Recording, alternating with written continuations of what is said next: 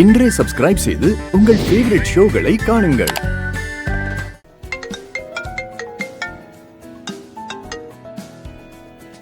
சொல்லு. துணி கடைக்கு வந்தேன். உன் ஷர்ட் சைஸ் என்னன்னு கேக்குறாங்க. சைஸ் என்னன்னு சொல்லி வாங்கிட்டு வரேன். நான் தான் வேண்டாம்னு சொல்லிட்டேன்ல, அதெல்லாம் வாங்க வேண்டாம் விடு. உன் சைஸ் என்னன்னு தான் கேட்டேன். வேணுமா வேண்டாமான்னு கேட்கல. 42. ஓ 42 வா? சரி வாங்கிட்டு வந்துடுறேன்.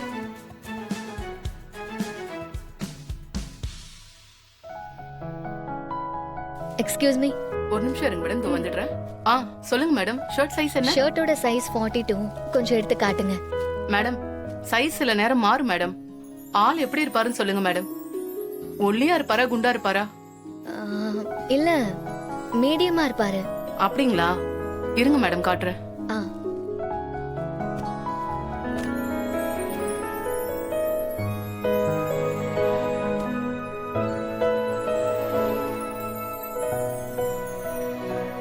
ராஜாவோட கலருக்கு இது நல்லா இருக்கும்னு நினைக்கிறேன். இதே எடுத்துக்கிறேன். பேக் பண்ணிடுங்க. Okay madam. 2000 rupees கேஷ் கவுண்டர்ல கட்டிடுங்க மேடம். ஓகே சார், அந்த ஆசிட் சம்பவம் நடந்த இடத்துல நானும் தான் இருந்தேன். உங்க ஷர்ட் டேமேஜ் ஆனதை நானும் பார்த்தேன். அதான் இந்த ஷர்ட்டை எடுத்துட்டு வந்தேன். வாங்கிக்கோங்க சார். இல்ல பரவாயில்ல, வேண்டாங்க. வாங்கிக்கோங்க சார். ஏன் வேண்டாம்னு சொல்றீங்க? இல்ல, என் ஒய்ஃப் எனக்காக தான் ஷர்ட் வாங்க போயிருக்காங்க.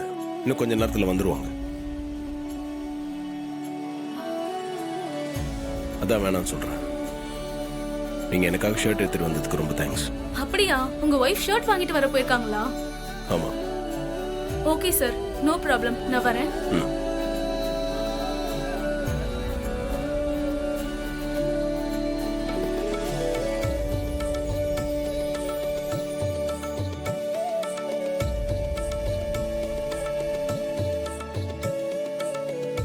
என்ன ரொம்ப அலைஞ்சியா? இல்ல இல்ல, காலேஜ்ல இருந்து கொஞ்சம் தூரத்துல ஒரு துணிக்கடை இருந்துச்சு. அங்கே போய் எடுத்துட்டு வந்துட்டேன். அது இருக்கட்டும், நானும் பார்த்துட்டு தான் இருந்தேன். அந்த பொண்ணு கொடுத்த சட்டையை ஏன் வேண்டான்னு சொல்லிட்டேன். வாங்கி போட்டுக்க வேண்டியதுதானே? நீ தான் எனக்காக ஷர்ட் வாங்குறதுக்கு போயிருக்கல, அவங்ககிட்ட இருந்து அதே நான் வாங்கி போட்டுக்கணும். அப்படியே நான் அதை வாங்கியிருந்தாலும் உன் மனசு தான் கஷ்டப்படும். எனக்கும் அது சங்கடமாக தான் இருக்கும். நீ வேற முதல் தடவை எனக்கு ஷர்ட் வாங்கி தர, அதை நான் போட்டுக்க வேண்டாமா? கொடு, போட்டு வரேன்.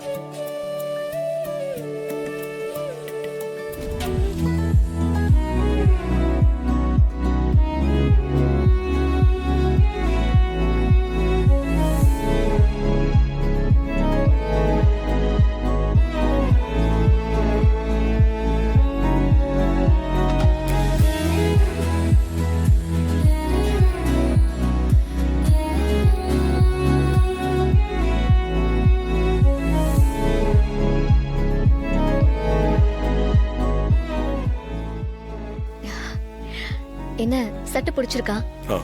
நல்லா இருக்கு. சரி வா, ஃபங்க்ஷன் போலாம்.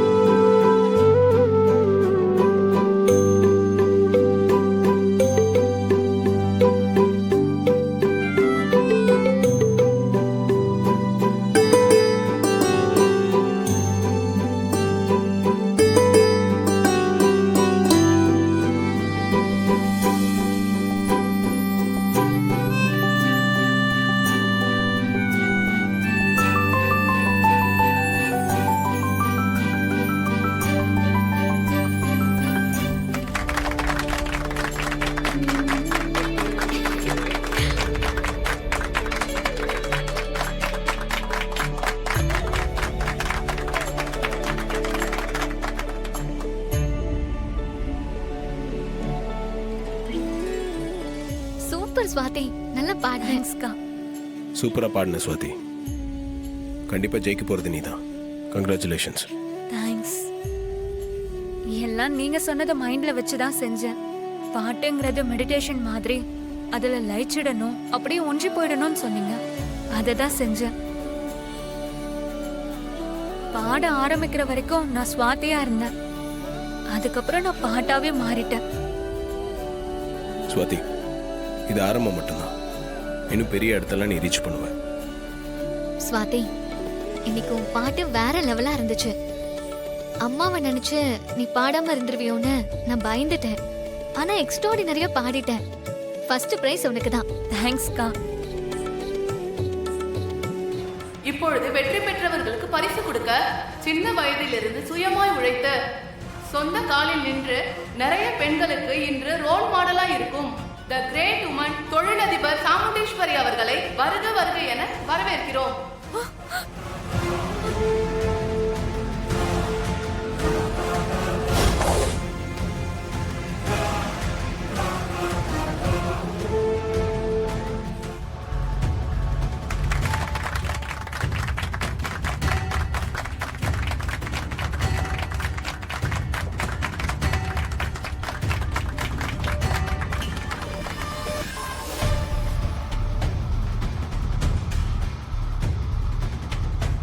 Please take your seat, madam. Thank you.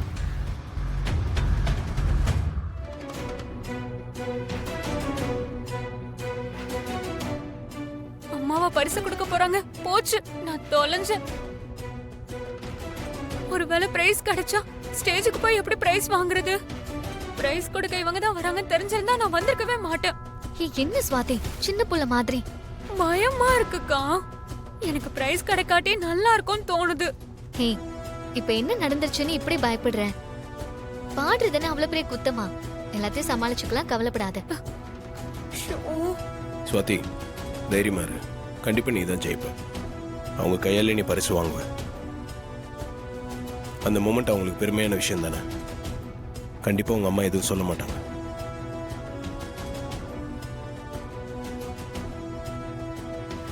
First prize goes to Miss Swati. ஏய்,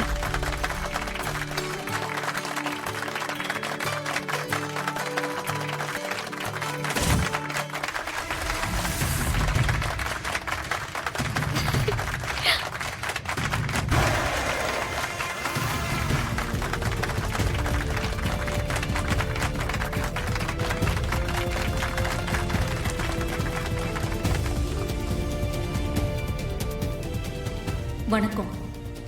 ஆக்சுவலாக ஒரு சர்ப்ரைஸான விஷயத்தை நான் உங்ககிட்ட சொல்லணும். பாட்டு போட்டியில் இப்போ பரிசு வாங்கினது வேற யாரும் இல்லை, என் கடைசி பொண்ணு ஸ்வாதி தான்.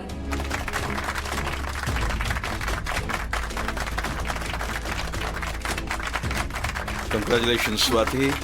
Thank you sir. Keep it up. இவ இந்த காம்படிஷனில் கலந்துக்கிட்டதே எனக்கு தெரியாது. அதே சமயம் போட்டியில் ஜெயிக்கிற அளவுக்கு இவகிட்ட திறமை இருக்கும்னு கூட நான் நினைக்கல. பரிசு வாங்கின அனைவருக்கும் என்னோட வாழ்த்துக்கள்.